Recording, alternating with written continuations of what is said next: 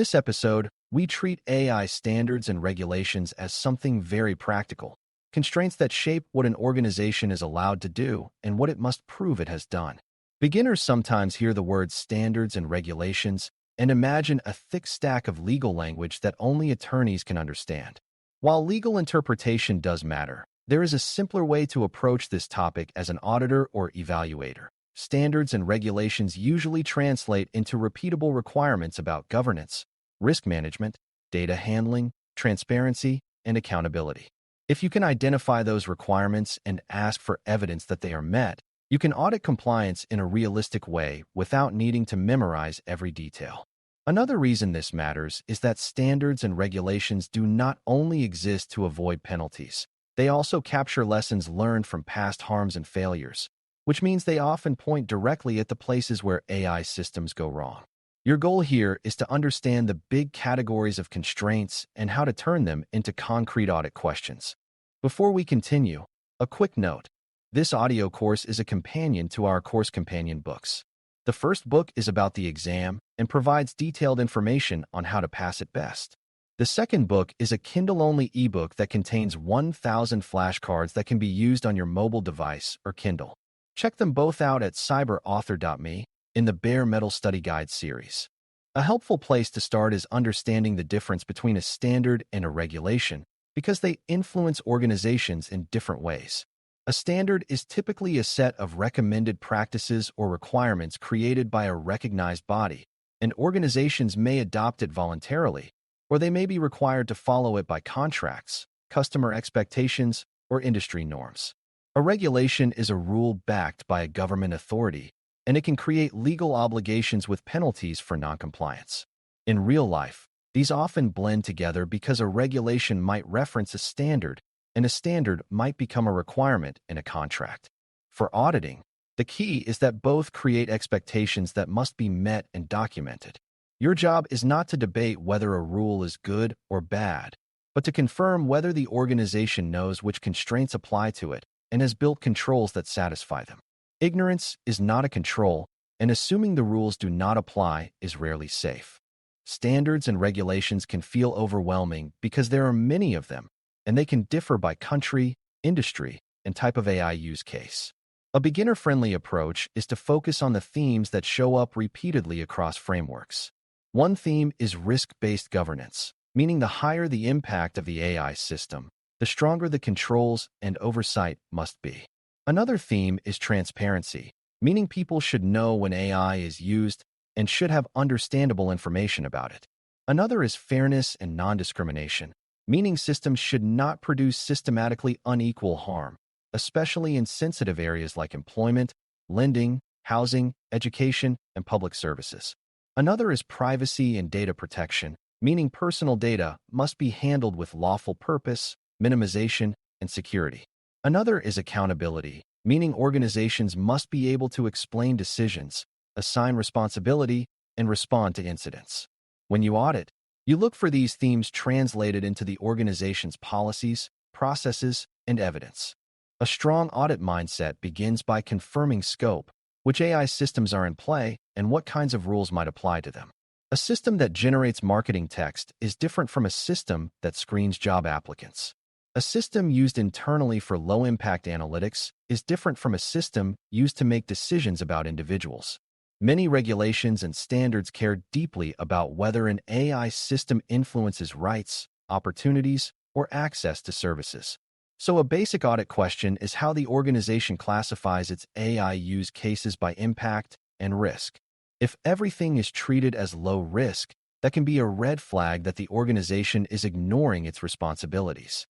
A second audit question is where the systems are deployed and who they affect, because jurisdiction and audience often determine which rules apply. A third question is whether the organization is using third-party services, because vendor use can create obligations about data transfers, transparency, and contractual controls. Once you know the scope, you can treat standards and regulations as constraint categories and ask for evidence in each category. The first category is governance structure, meaning there is a defined way the organization makes decisions about AI. This often includes policies, approval gates, risk assessments, and roles with authority to stop or limit a deployment. Audit evidence here includes documented responsibilities, decision logs, and records of review meetings or approvals. You are looking for a repeatable process, not heroic efforts by a single person. Standards and regulations frequently require that governance exists and that it is effective, which means it must be used consistently and it must influence outcomes. If a governance process exists but projects routinely bypass it, the organization may be exposed even if it has impressive documents. Constraints are only real when they shape behavior. The second category is documentation and traceability, which is the idea that organizations should be able to explain what they built and how they built it. In AI, traceability can include the purpose of the model, the data sources used, the assumptions made, the evaluation results, and the limitations known at the time of release. Many frameworks require documentation because without it, accountability is impossible. Audit evidence here includes a model description, data source records, test results, and change history. For beginners, the simplest way to test traceability is to ask whether the organization can answer basic questions without guessing, such as why the model exists, what it is allowed to be used for, what data it relies on, and what happens when it fails. If answers depend on institutional memory rather than written records, traceability is weak. Weak traceability often correlates with hidden risk because nobody can clearly see what the system is doing. The third category is data governance, which standards and regulations treat as foundational because data is where many AI problems start. Constraints here typically include lawful basis or legitimacy for using personal data, minimization, purpose limits, retention, access controls, and vendor restrictions. AI also raises special concerns about training data, such as whether sensitive information is included, whether data was collected with proper notice, and whether data quality supports fair outcomes.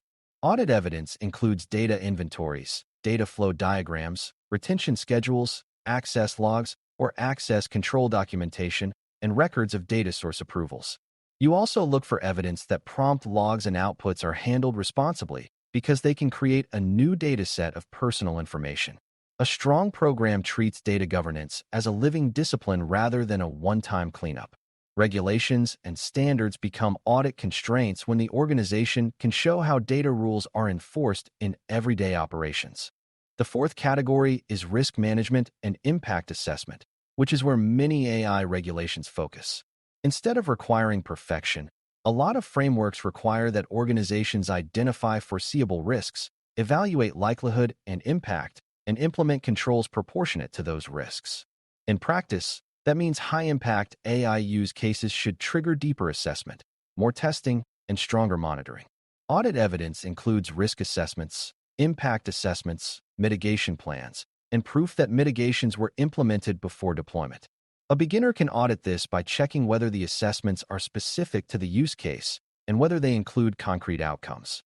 If every assessment says the same generic risks and the same generic mitigations, it may be theater. Another key evidence point is follow-through, such as change records that show a system was modified or delayed due to risk findings. Risk management is real only when it changes decisions. The fifth category is evaluation and testing, which often includes requirements around accuracy, robustness, fairness, and security. Standards and regulations differ in detail, but many expect organizations to test models and confirm they perform acceptably for the intended purpose. Fairness testing can be required or strongly expected in sensitive contexts, especially where discrimination laws are relevant. Robustness testing considers whether the model behaves reasonably when inputs change or when users try to misuse it. Security testing includes protecting the system from abuse and protecting data from leakage. Audit evidence includes evaluation plans, test results, and documented acceptance criteria. You also look for monitoring plans because many frameworks recognize that models can drift over time and need ongoing oversight. If testing is described only as informal experimentation, that may not satisfy constraints that require controlled evaluation. The sixth category is transparency and user-facing obligations, which many standards and regulations treat as essential for trust and rights. Transparency constraints often include notifying people when AI is used, avoiding deceptive interaction, and providing understandable information about what the system does. In higher impact settings, Transparency can also include providing explanations for decisions and offering a way to contest or appeal. Audit evidence includes user notices, internal scripts or guidance for staff, and records showing how users can raise concerns or request human review where applicable. A practical audit question is whether transparency is consistent across channels, such as websites, apps, and customer support, because inconsistency can undermine trust. Another question is whether the organization discourages over-reliance by clearly stating limitations and uncertainty. Transparency is not about exposing trade secrets. It is about ensuring people are not misled about automation that affects them. The seventh category is accountability and oversight, which becomes especially important when AI is used to influence decisions about individuals. Many frameworks require that organizations maintain human responsibility, even when automated systems assist or decide. That can include training staff, maintaining clear roles, and ensuring escalation paths exist when issues are found. Audit evidence includes role definitions, governance charters, training materials, escalation procedures, and records of incidents and responses. You also look for evidence that the organization can pause or roll back a system if harm is detected. Oversight is not real if the organization cannot intervene quickly. Accountability constraints are auditable when you can point to who owns the system, what they are responsible for, and what they have done when risks appeared. A critical point for beginners is that you do not need to name every standard or regulation to audit constraints effectively, but you do need to ensure the organization has done that mapping for itself. A practical audit test is to ask the organization to show how it identifies applicable rules and translates them into internal controls. Evidence here includes a compliance mapping document, a register of obligations, or a governance record that links requirements to policies and tests. If the organization cannot show how it knows what applies, it may be compliant by accident rather than by design. Another practical test is to look for change management, because standards and regulations evolve, and organizations need a way to update controls as rules change.